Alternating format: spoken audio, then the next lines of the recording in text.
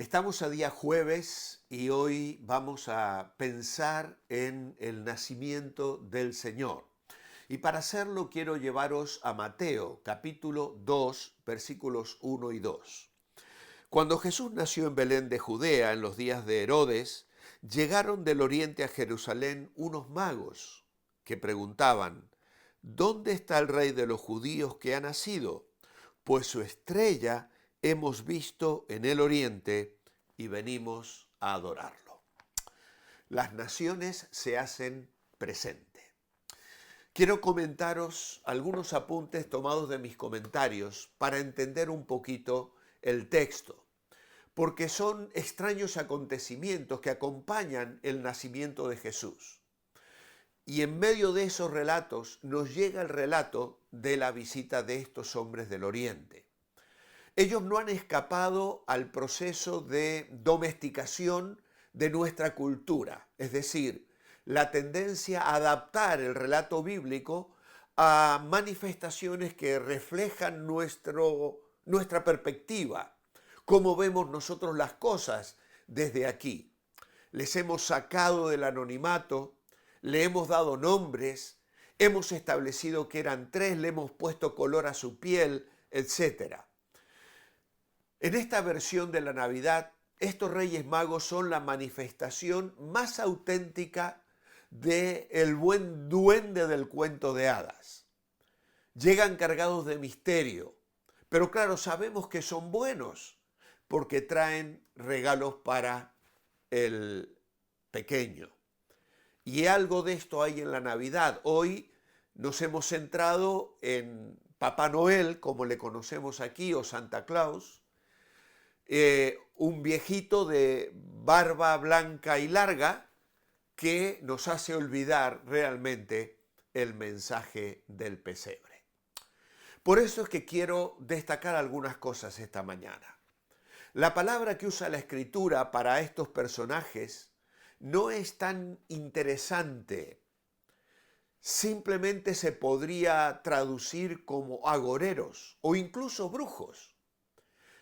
El historiador Heródoto dice que pertenecían a una casta sacerdotal dedicada a la astrología, la magia y la interpretación de sueños, todas prácticas condenadas en el Antiguo Testamento. En el Nuevo Testamento solamente se menciona a magos en otras dos ocasiones. Una de ellas la encontramos en los Hechos de los Apóstoles, capítulo 8, verso 9, y es Simón, que quiso comprar el Espíritu Santo. El otro es un tal Elimas, alguien que buscaba apartar a la gente de la fe en Hechos 13:8. Ambos se ganaban la vida por medio del engaño. El mago, en aquellos tiempos, estaba interesado en el estudio religioso y en las vinculaciones antropológicas que se desprendían de ellos.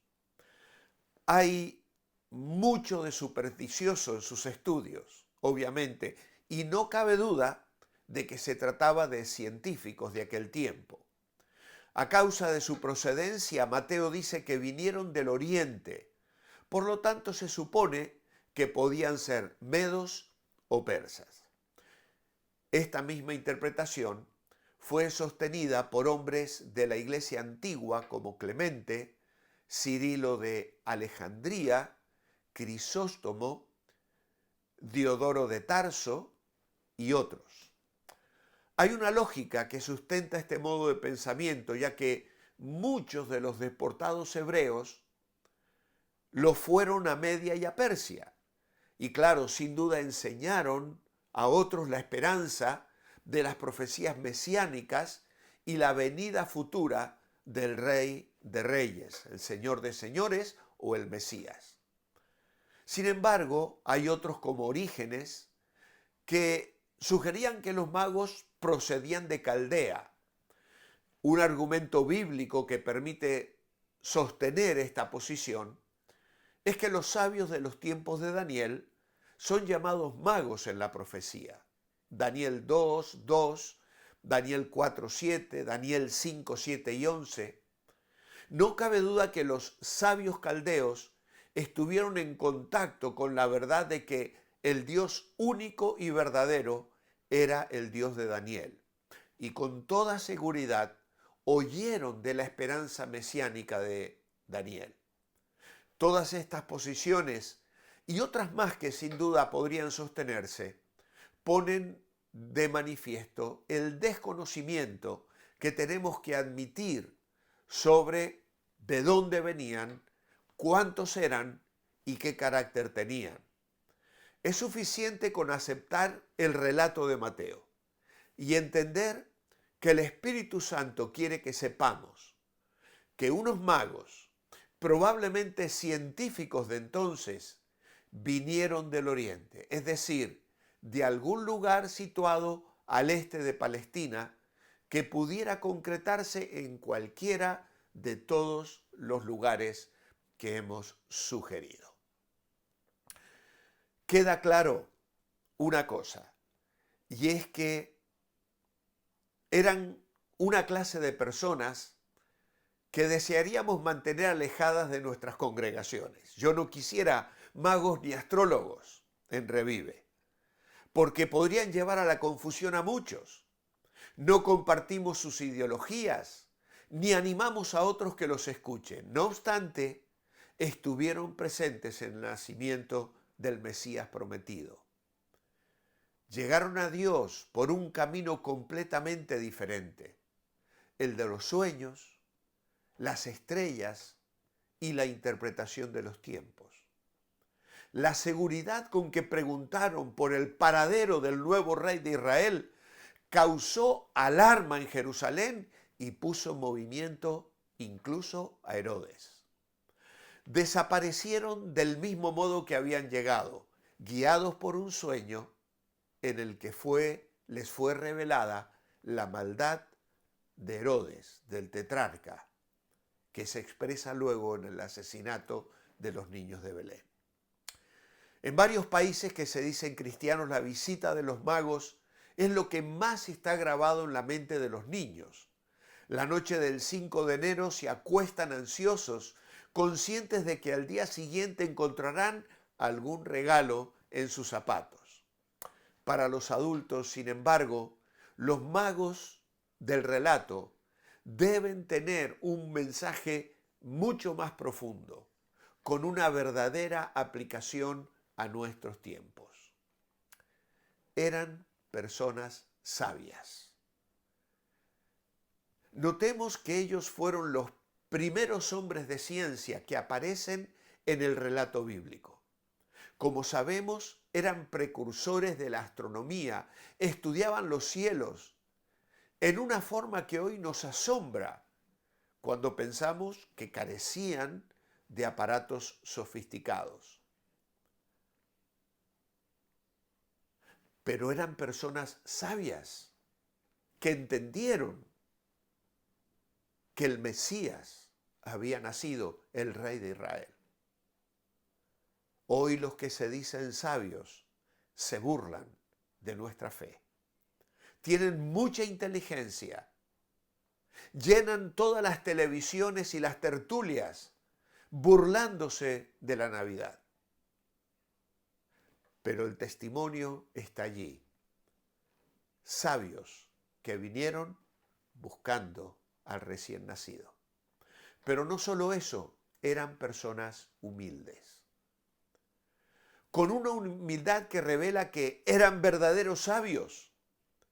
Estuvieron dispuestos a reconocer que había algo en el cielo fuera de lo común.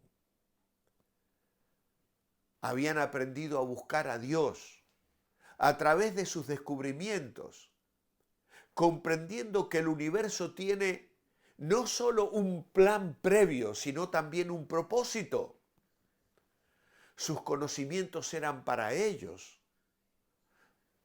una forma de descubrir sus propias necesidades espirituales. Por eso su descubrimiento los lanzó a una investigación que los llevó a un largo viaje. Hubo peligros, intrigas.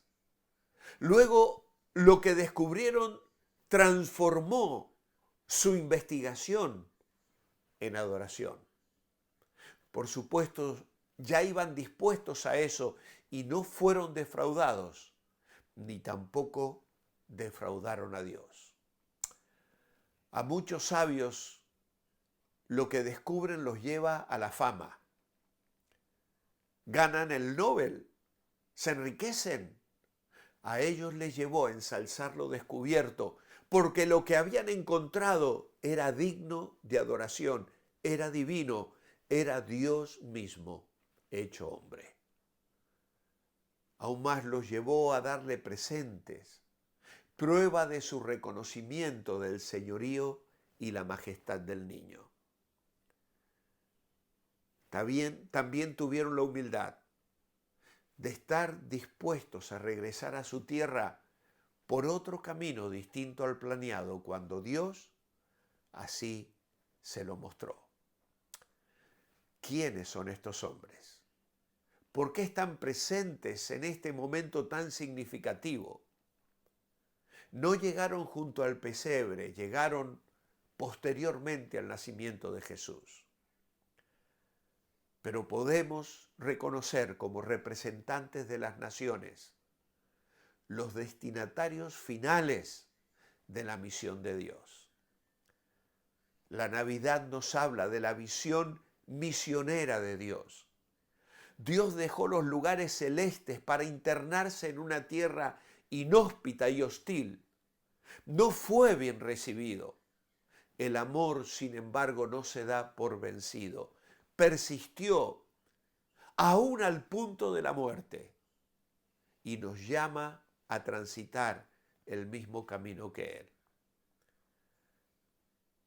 Hoy la Navidad nos invita a unirnos a un Dios que ama a aquellos que nosotros ni siquiera conocemos. El nacimiento de Cristo sacude nuestra cómoda existencia, despertando en nosotros una pasión por tocar la vida de aquellos que ni siquiera conocemos, los que viven fuera de nuestro pequeño mundo. Es nuestro llamado, es nuestro desafío. Somos un reino de sacerdotes. Hemos sido bendecidos para bendecir. Y en esta mañana, mi oración es que este devocional y este mensaje llegue a miles y miles y miles de corazones alrededor del mundo, que puedan entender que aquel niño que nació en Belén era el misionero de Dios enviado para proclamar un mensaje de vida, de perdón y de salvación. ¿Lo has recibido ya? ¿Lo tienes en tu corazón? ¿Has abrazado esta fe y puedes hoy gozarte en su amor? Padre, yo te ruego que este mensaje llegue a muchos corazones hoy, que toques muchas vidas que puedan comprender en estos días navideños el verdadero mensaje de la Navidad, que ese niño nacía para morir en una cruz, pagando por nuestros pecados y abriéndonos el camino a la salvación y a la vida eterna. En Él confiamos, a Él nos abrazamos y a Él adoramos hoy. En tu nombre, amén. Os espero mañana viernes. Seguiremos con un tema similar. Manteneos bendecibles.